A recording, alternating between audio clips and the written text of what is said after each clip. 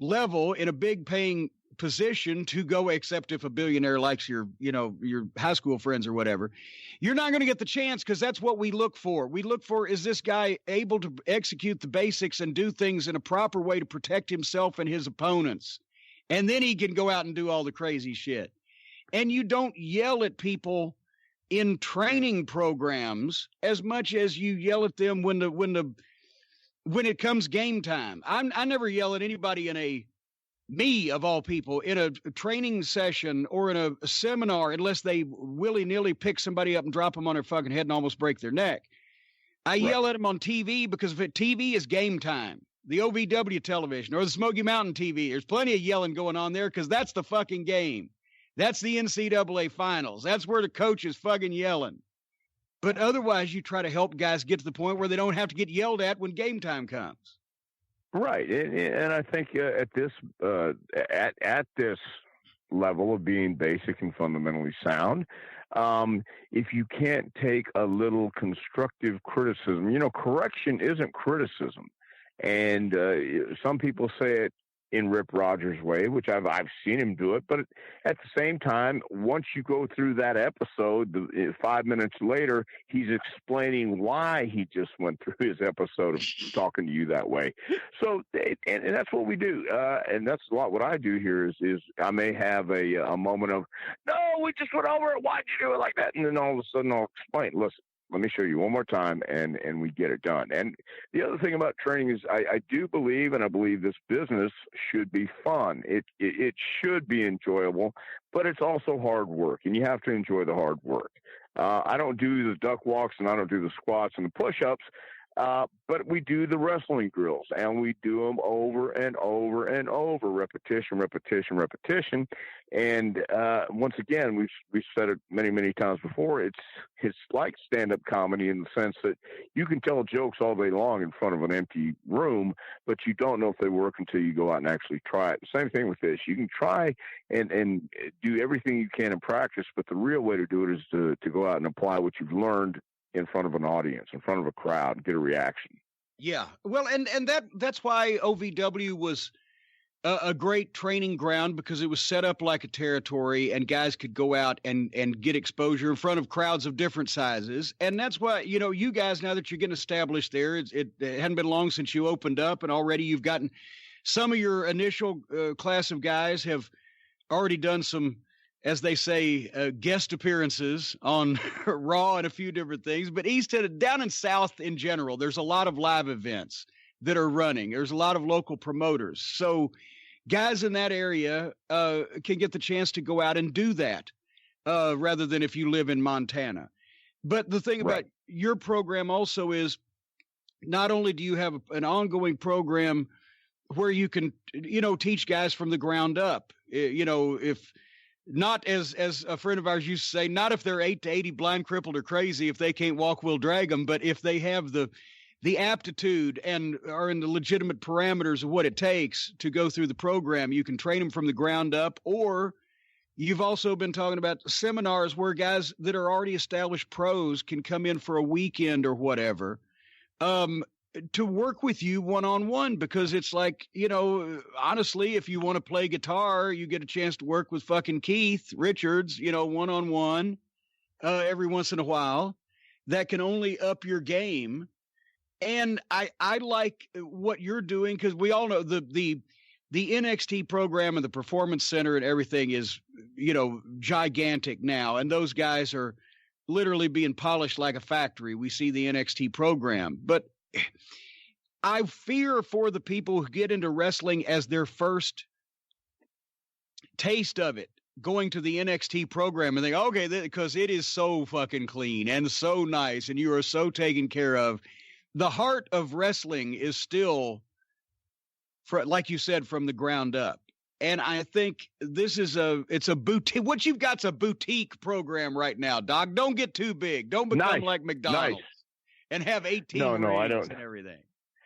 No, I don't think we're going to get anywhere near McDonald's. But you're right. It is pretty much a specialized service, and we do tell guys about the ins and outs of professional wrestling, which again goes back to everybody wants to be a star. A lot of people want to just get in it to be famous. And once they get here, I explain to them, I understand that, but, and I'm not against that either. I would love everyone to go out and be a big star, make a lot of money, and be famous.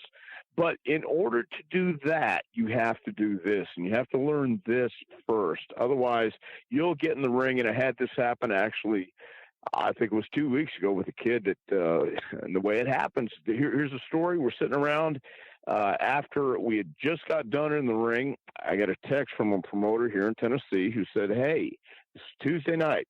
Can you send me a match Saturday? And the town was 2.5 hours away. The kid that had been coming to train with us, great athlete, good kid, but never had the opportunity to watch wrestling in his life, was sitting here, and I told him, you need to make an effort. If you really want to do this, you need to show me, and you show everybody in class that you really want to do this. You can't just come once in a while. You have to come every night. He was here, and I said, I'm going to send you to this show with this other guy. So he got to the show. They changed the match on him. Went in the ring. The guy called 10 punches in the corner. He didn't do that because we don't, strange as it may sound, we don't have that on our curriculum yet.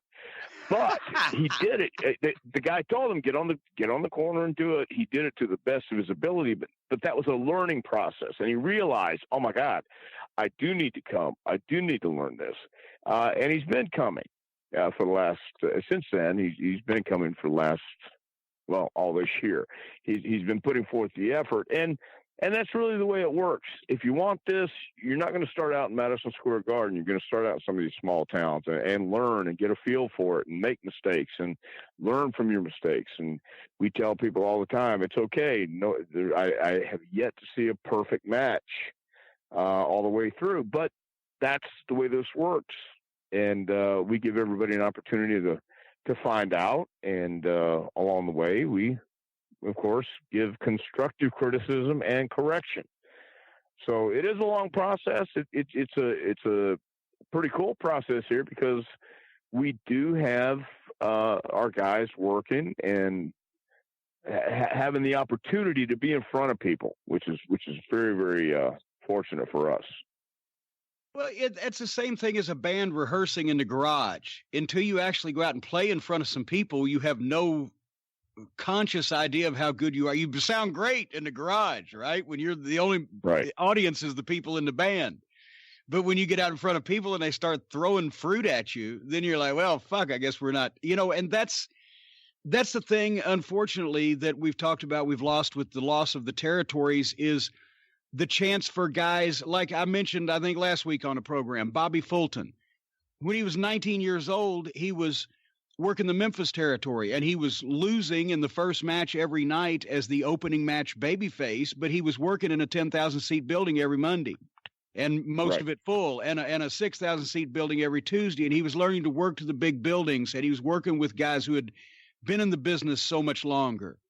And that's where the reactions come, your facial expressions and your body language comes from feeding off people as you are in front of them, and you learn how, rather than just making your own as seen on television. And so in a lot of cases now, guys are concentrating on doing the routine of moves that has been pre-planned by them, rather than reacting in the moment when something happens and people just blow and the guy just goes right on and at the same speed, same pace, same facial expression. Everybody's ducking with no surprise. It's not a surprise I missed him on my face. It's not a relief I was able to evade him on my face. They're just doing the stuff. And that the rest of all that makes it look right comes from doing it in front of people over and over. Well, a huge void, too, today is an experienced veteran in there with someone with less experience, and guiding them along the way as well, and trying to help them and having that marriage, whether it's 2 weeks, 3 weeks, or 2 months. So that also is something that you're trying to convey and explain. And we do watch a lot of old video, because the emotion, the feeling is pretty much out the window. And real quick, we actually just watched a match from Tampa, Bill Watts versus Jack Briscoe. And I know you have, but if you've never seen Bill Watts in his prime, as a big man, he could move, but he had everything he did in the ring meant something. Every move, every facial, every expression. And that's what makes the match mean something. It's not just the moves, it's the little things in between and how you do it. Well, exactly. And so much of that was, like you said, the marriages of guys in the territories when they'd work, an angle and a program for 6 weeks or 8 weeks. That would mean that if you worked a guy in Louisiana for an 8-week program, that means, let's see, 8 times that it means you worked with him at least 50 times. Right. And if you were working with a veteran, you picked up something different every night as the finishes changed and what you were asked for, especially if you're a baby face working with a veteran heel, what he's calling every night's changing based on whatever the stipulation is and blah, blah, blah. And it was on the job training, but we saw a great example of it. And we'll talk about this later on the program. Thankfully, you won't have to be a part of this, Doc, when we talk about the Wednesday Night Wars, but Roderick Strong and Keith Lee. Roddy's been wrestling 15 years, and he's just so smooth and so good. And on the fly, when things go wrong, he can cover it up. And, at one point you saw him, they were trying to do a Tower of Doom thing off the ropes that just wasn't panning out. You're just like seeing Roddy just say, fuck it, call it. We're not doing this right now. And he got down and, but that veteran keeps the baby face that's not as experienced in front of people. They can drill all day long in class, but the veteran keeps him focused, keeps him motivated, keeps him aggressive, keeps him whatever, tells him when to sell. And, it just that repetition with talented guys is hard to replicate in school. So you can only take them so far. But speaking of how far, that's the thing. You can teach a guy from scratch that has never been in a ring before. You can teach him how to put a headlock on without stepping on the other guy's feet and fucking flummoxing up and actually take him over without landing him on his head. If the guy's been wrestling a while, you can still polish them and get them ready to do live events. And if a guy's been a pro for however long, you've still been there longer, and you can show them some different things. Because the country music documentaries on PBS, I'll get on my soapbox here real quick, and then we'll get back to entertainment. Every single country music star of modern times credits something from the Carter family or from Bill Monroe or from the pioneers. Every baseball player says, well, you learned that grip from DiMaggio when he did the blah, blah, blah. Everybody in every sport, even Muhammad Ali, when he tried to fucking blame Sonny Liston taking a bump there in Maine on the fucking old Jack Johnson anchor punch, right, from the 19-teens. They studied the guys. That didn't mean they had to fight exactly like them or play exactly like them, but they used the shit that those guys that were great did in a modern context. And so many people are losing this shit because they think it's just all about performing moves for the crash test dummy type audience. Well, you're right. But thank God there is YouTube, and even the WWE Network now has some of these old school matches on there. So there's no excuse, except that you just don't want to watch old stuff. But even you've got to know which old stuff to watch.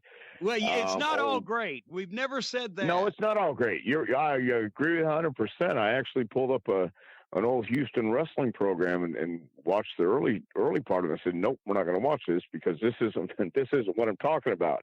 But then I got to Harley Race and Terry Funk, or I got to a Jose Lothario match, and just explained, watch his fire, watch his manner, watch how he gives the other guy space when the babyface walks towards him, he knows he can't catch him. If he does, if the referee's not there, yes, you've got to continue, but you know how to pace it, you know how to stop. And it's all these mannerisms, all these, again, I go back to these elements that I don't know that everyone understands or knows what to teach at another school, but we're going to go over timing, footwork, pacing,